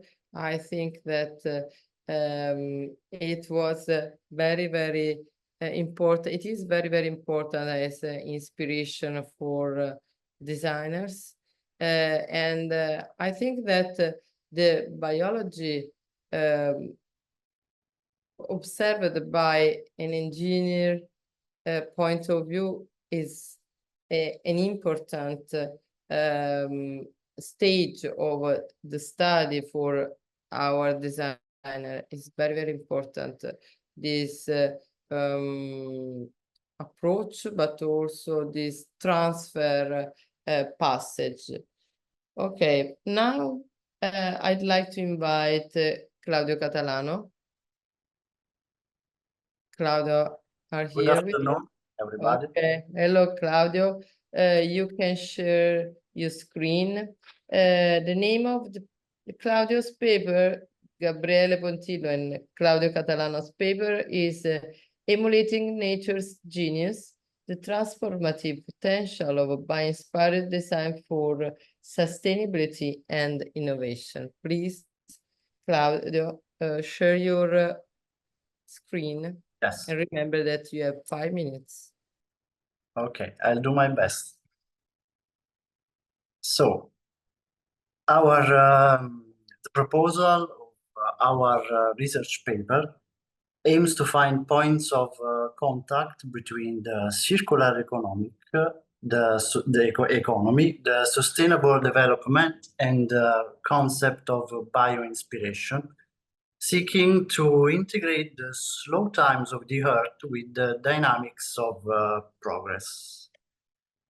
The term bio-inspired and bio-inspired design, in its intentional meaning, methodologically represents an innovation that offers a new perspective for addressing current challenges through the emulation of strategies found in nature. Starting from the background, in recent years, there has been an increasing concern about issues such as the climate change, the scarcity of natural resources, and pollution. These emergency events are a great challenge for the project culture, especially for the design, both from a socio-cultural point of view and in terms of the balance between economic development and the production system. So design process has to improve from this perspective of the world, from conception to production. So the discipline of design acts as a mediator of multidisciplinarity in the thinking of the bio-inspired design, with the multidisciplinarity formed by scientists, biologists, engineers, researchers, and design as a mediator for the project culture. So in the recent time, we can improve from the eco-design, the standard term of eco-design, to bio-inspired design, because bio-inspired takes a methodological innovation based on imitation and adaptation of nature's evolutionary principles, and it leads to a profound reflection on the integration of actual technologies and the environment with the human well-being in relation to the planet at the center. So the bio-inspired approach can adopt different strategies to draw inspiration from nature. It can be morphologically, technologic, and to most complex, it includes the self-organizing and learning capabilities from the natural world. Alongside the natural inspiration, it is important to cite the methodologies of human-centered design and life-centered design, which is an improvement of human-centered. They are proper to the discipline of design, and they prove to be able to help the process, not just for the final product, but from the ideation to the configuration of the new design and the release, the final step of the design. These methodologies are linked to the circular economy because they can understand all the process, as I said before, starting from the ideas to the release of the products. And it can improve the circular economy because it can improve that to sustainability, the real objective for achieve the circular economy. In the circular economy, we have indicators to help the design process, the LCA and the circularity indicator, but they are mostly for evaluating the final product, its final stage. So with the bio-inspired design, we can step first to the sustainability, achieving sustainability, and then the real achievement of the circular economy and its characteristics. In this stable synthesis, so the human-centered and life-centered are the approach, but with the help of parametric design, the innovative technologies of today, parametric design, artificial intelligence, and advanced additive manufacturing, we can obtain an improvement, bio-inspired materials, innovative materials, optimized structures, and advanced functions that, through the sustainability, achieve the real objective of the circular economy. So, the most contemporary technologies are the generative design and the introduction of artificial intelligence. So, generative design represents an advanced design method that uses computational algorithms that, with the help of the artificial intelligence, we can fast the design process and optimize it, so achieving it by automation, optimization, variant exploration of the project, and then the rapid iteration. Another important technology that needs to cite is advanced additive manufacturing, because thanks to the techniques of advanced additive manufacturing, it is possible to make complex structures with complex morphologies, reproduce plant patterns, skeletal or honeycomb that are difficult to achieve with traditional methods. But the improvement is in the 4D printing technology because in response to external stimuli with the use of parametric modeling, the materials can change forms and adapt in the circumstances of the product made. So we did also research of the scientific literature and the contemporary state of art. We selected various cases for our analysis. I can cite the first is an organic cement, so a material that through the use of bacteria mixed with sand to activate a chemical reaction, we can produce a cement that not polluted the ambient because of the high temperatures of the natural cement, of the actual cement. Case study 2 is for 4D printing with a splint that adapts automatically and naturally to in this case, to the arm.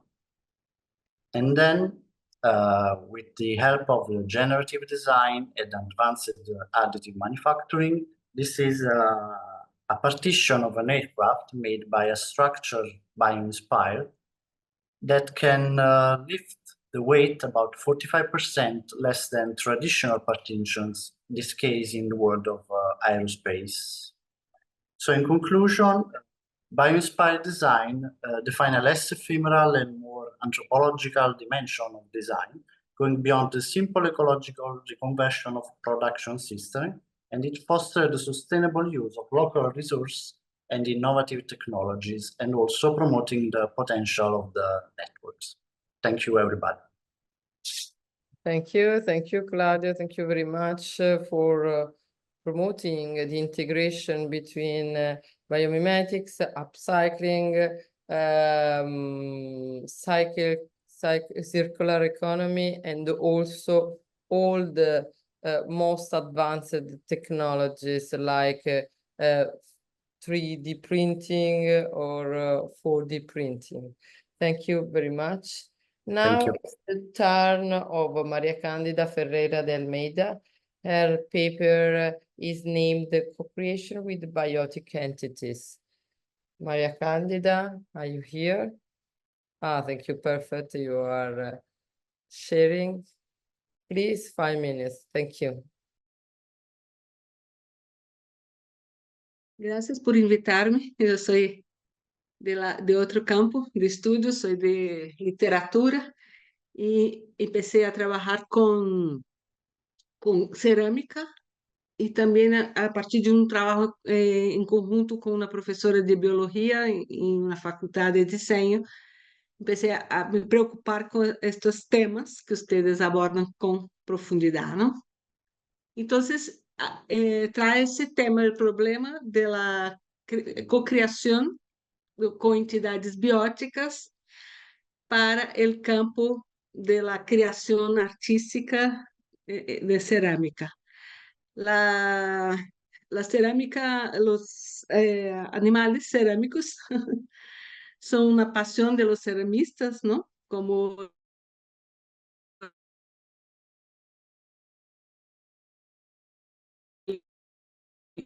el hornero común, entre los ceramistas, y siempre una invitación a traer su obra para la creación cerámica. Pode ser como inspiração, como a Mimes, que é este caso dessa ceramista, de Ludmila Brandão, que emula um termiteiro, não? Um molde de termitas, ou com a co-criação, que é a proposta que trago para vocês. Em esse campo da cocriação, há como referentes artísticos, não? Celeida Tostes, que é uma ceramista que é referente muito forte em Brasil e Latinoamérica, que criou esta obra que se chama Aldeia Funários Rufos, que mescla nidos de horneros rufos com Horneiros rufos, que é o horneiro comum, com nidos copiados. Então, ele sigue este tema trae a cocriação, mas também a imitação ao copiar alguns nidos e rehacerlos consumando em cerâmica. Este é um ceramista ítalo-colombiano que sencillamente recorrió los nidos en su taller y los quemó y los expuso en una exhibición que también hacía la apología a la impresora 3D que se llama WASP, ¿no? en Italia. Y esta es una artista australiana que incorporó entonces finalmente los nidos a su obra, ¿no? Entonces ella replica la forma y también incorpora los nidos a su obra.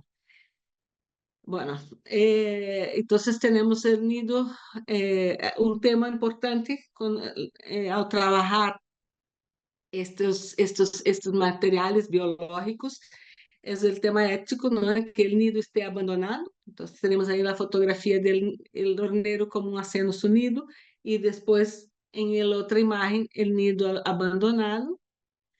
Tenemos, ¿no? Entonces hay que estar pendiente, ¿no? Que los nidos no estén más utilizados. Essa é uma queima, então, do nido horneiro comum, que, como já havia se dado conta, Seleidatosses é um fracasso total, se torna muito débil. Na primeira queima, já na segunda queima, o nido se deshizo completamente. Minha ideia é buscar a temperatura ideal, como vai funcionar, não? Em 2 queimas, não? A queima que transforma a peça em cerâmica e a segunda queima que ela hace el decorado de la pieza, ¿no? Entonces, ahí está el nido destrozado. Y entonces, intenté con las termitas una sola quema, haciendo la intervención con vidrio, ¿no? Reciclado, desechos de vidrio, para que la pieza ya sea con una sola quema, ya tenga esta función estética que yo estoy buscando. Bueno, esta é uma imagem da presença, não, em mi taller mesmo das avispas, não? Você pode ver que eles vão incorporando em sua produção as distintas arcilhas que estão presentes em el taller, não? Então, os distintos colores. Este é um nido que foi feito dentro dele, mientras esperava el nido del hornero común, la avispa hizo su nido dentro del otro nido, ¿no? Su capullo dentro del nido, ¿no? Y ahí está ella registrada en el taller, que es una presencia constante. No hay problema porque esa es una avispa que no pica. Esta es la Cifronio menae, ¿no? Ese é outro tipo de avispa. Essa não teve presença em el taller, pero sim na casa, eu pude colectarla, ¿no? Y entonces ahí está el nido abandonado, el capullo abandonado y las tapitas que también serán utilizadas más adelante. Que son peças muy pequeñas que pueden ser utilizadas en joyerías, en otras aplicaciones, ¿no? Futuras. Entonces, los nidos se puede ver las distintas arcillas de los distintos colores, ¿no? Quemadas y que da efectos distintos en el material, y la aplicación ya en la obra artística con vidrio, esmalte y entonces los nidos y los capullos de las avispas aguentan 2 quemas, es que quiero, ¿no? Recalcar. Eles se tornam firmes na primeira queima e aguentam a queima com esmalte, e estas com vidro, não? Com vidro reciclado. E esta também, então, de las 2 avispas, eles suportam estas 2 queimas que eu estou buscando, que outros ceramistas não buscaram antes de mim, e seguimos em este trabalho. Então, esta é minha investigação. y que de esta forma dialoga con el trabajo de ustedes. Gracias. Thank you very much. I find this subject of insect nests so interesting. I'm amazed about it. Thank you very much. And now we have the last presentation by Pedro Alejandro Romero Villamizar. Are you here with us, Pedro? Hola, buen día. Oh, thank you. And the name of the presentation of the paper is Design of a Biodegradable System for Sowing, Germination, and the Rooting of Fruit Seeds. Please, you can share your... Can you share Ok, ya comparto. your screen?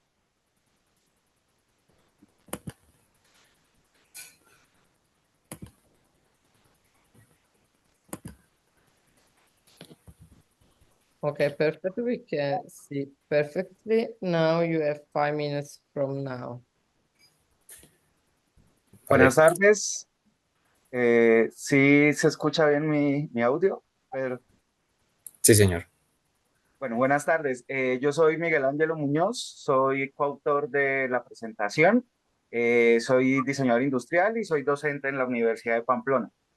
Este proyecto nace como respuesta a un proceso de formación de una materia llamada ecodiseño, que se ve durante 3 semestres aquí en el programa de diseño industrial de la Universidad de Pamplona. La problemática o la oportunidad que nosotros vimos para solucionar con este proyecto fue el de la germinación de las plantas que se venden acá en los diferentes viveros o en los diferentes comercios de plantas. ¿Qué pasa? Cuando la planta está pequeña, cuando se siembra la semilla y hasta que brota y crece y tiene la suficiente fuerza para ser trasplantada hacia un jardín o hacia una maceta, estas plantas son puestas en bolsas plásticas o en bolsas poliméricas que con el tiempo son desechadas y son reemplazadas hasta el momento en que esta planta pasa a ser parte del jardín o a ser parte de una maceta ya en otro material como cerámico u otro tipo de polímero más resistente. Entonces, teniendo en cuenta ese desecho y esa contaminación que se hacía, empezamos a explorar cómo a través de otros materiales e incluyendo tecnologías como lo es la impresión 3D, se podía dar solución a ese problema. Pedro. Bueno, pues como lo dijo el profesor Angelo, nosotros iniciamos con un proceso de investigación, pues mirando los materiales que habían disponibles para este tipo de tecnología, como tal, pues que fueran biodegradables.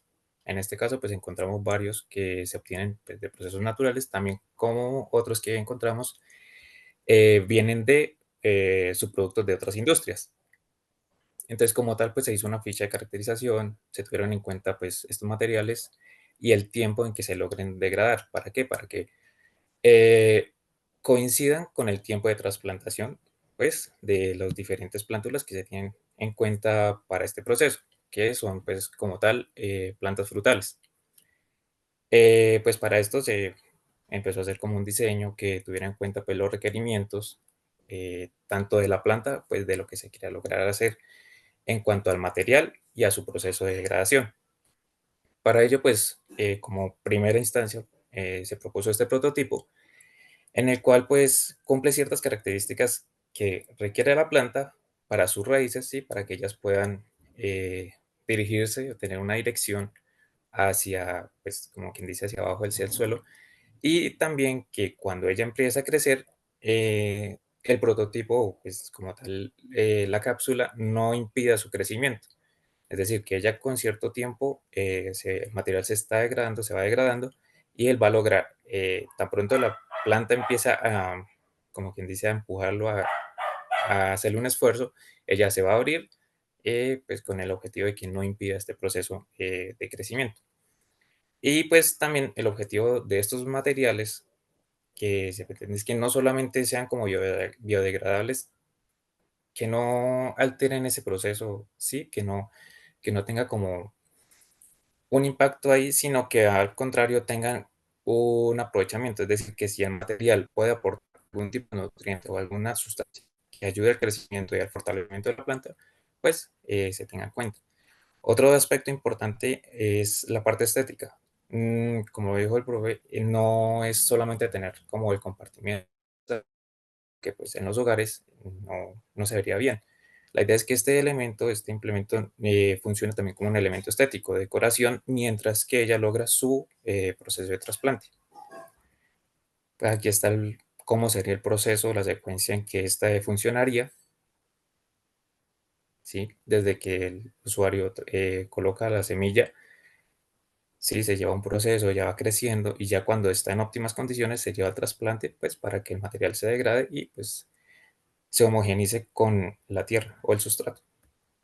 Aquí pues se logró hacer un prototipo físico, el cual todavía está en fase de prueba, y pues ya está próximo a ser trasplantado, pues para ver qué proceso lleva después de esto, hasta qué tiempo, hasta qué punto se logra ver esta degradación total. Este material que se utilizó ahí en este caso fue PLA ácido poliláctico, que es el más común y pues que el que decidimos tener como base, ya que es el más común, pero pues a medida del tiempo pues esperamos que se logren tener nuevos materiales que se encuentren ya de manera más fácil en el mercado. Listo, gracias. Gracias. Thank you very much, both to you. Very, very interesting. It also open a new perspective about applying nature intelligence to design. Thank you. Now, Daniela, can you... Cada una de estas ponencias realmente han sido muy, muy reveladoras, muy sugestivas, súper interesantes y sobre todo de mucha exploración, de mucha investigación. Es interesante ver cómo de pronto aparecen distintos enfoques, distintas perspectivas, distintos niveles de profundidad, cómo de pronto puede girar un poco el enfoque cuando se trata de ver el tema de la co-creación, cuando se enfoca desde el arte y desde aspectos que quizás son un poco más fluidos que en el caso de los diseños que trabajan mucho más las variables experimentales y mucho más aproximativas a los patterns y a la comunicación y a la inteligencia comunicativa de la misma naturaleza. Creo que cada una de estas ponencias aportan una riqueza enorme para ir encontrando nuevos espacios de desarrollo y de amplificación de las fronteras del diseño. Me gustó muchísimo la idea de un diseño o un diseñador que trabaja en la mediación multidisciplinaria, como decía Claudio Catalano en una de las ponencias, en una de las últimas ponencias por UPFE y Federico II. Me parecieron súper reveladoras todas las ponencias, así que bueno, felicitaciones a todos. Creo que nos dejan unos 5 o 6 minutitos más si quieren hacer preguntas o comentar algo, así no tomo yo toda la pantalla. El que tenga ganas de decir, o preguntar, lo dejo abierto.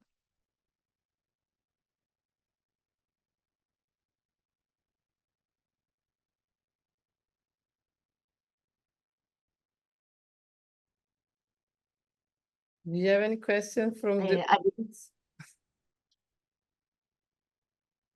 Sí.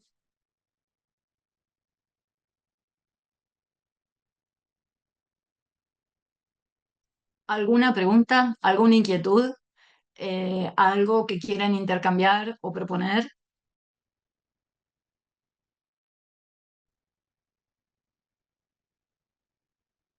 Aquí hay muchas mentes brillantes compartiendo esta comisión, así que estaría bueno.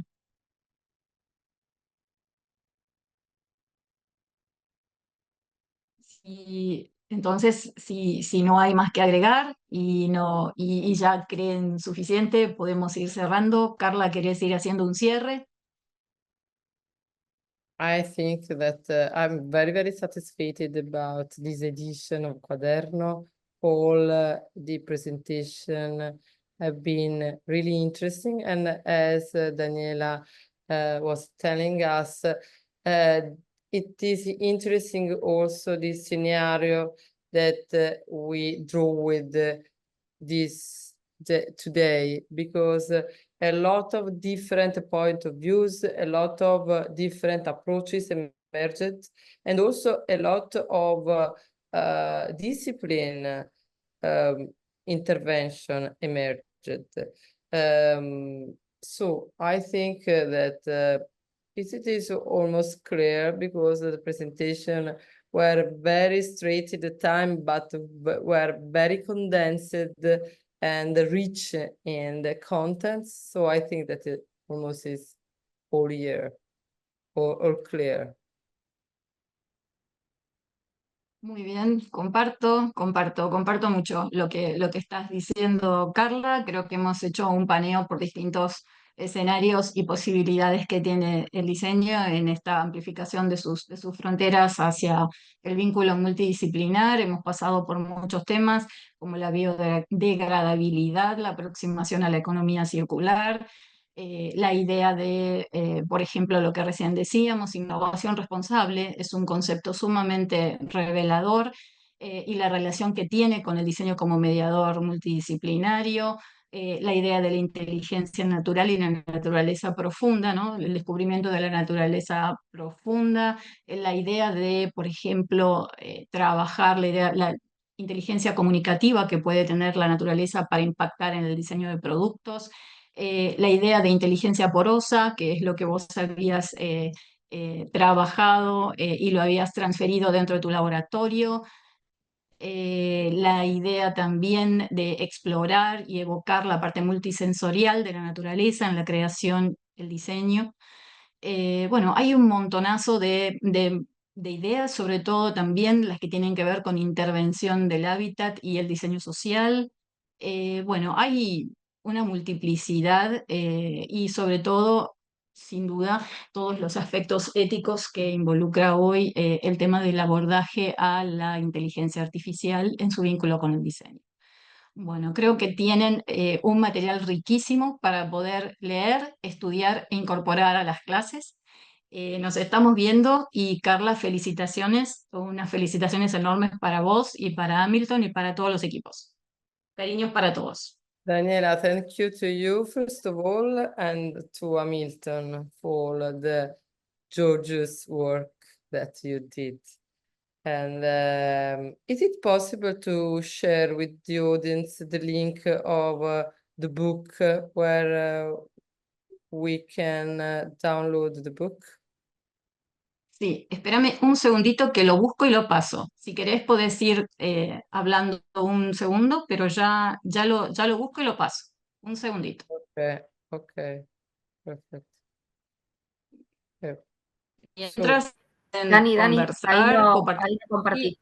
Ah, perfect. Ah, pero genial. Thank you so Muchísimas much. gracias. Very fast. Very effective, your stuff. Congratulations also for this. Muy eficientes. Yes. Bueno. Yes, sure. Thank you very much. Okay. Lo mismo, muchísimas gracias. Nos estamos viendo.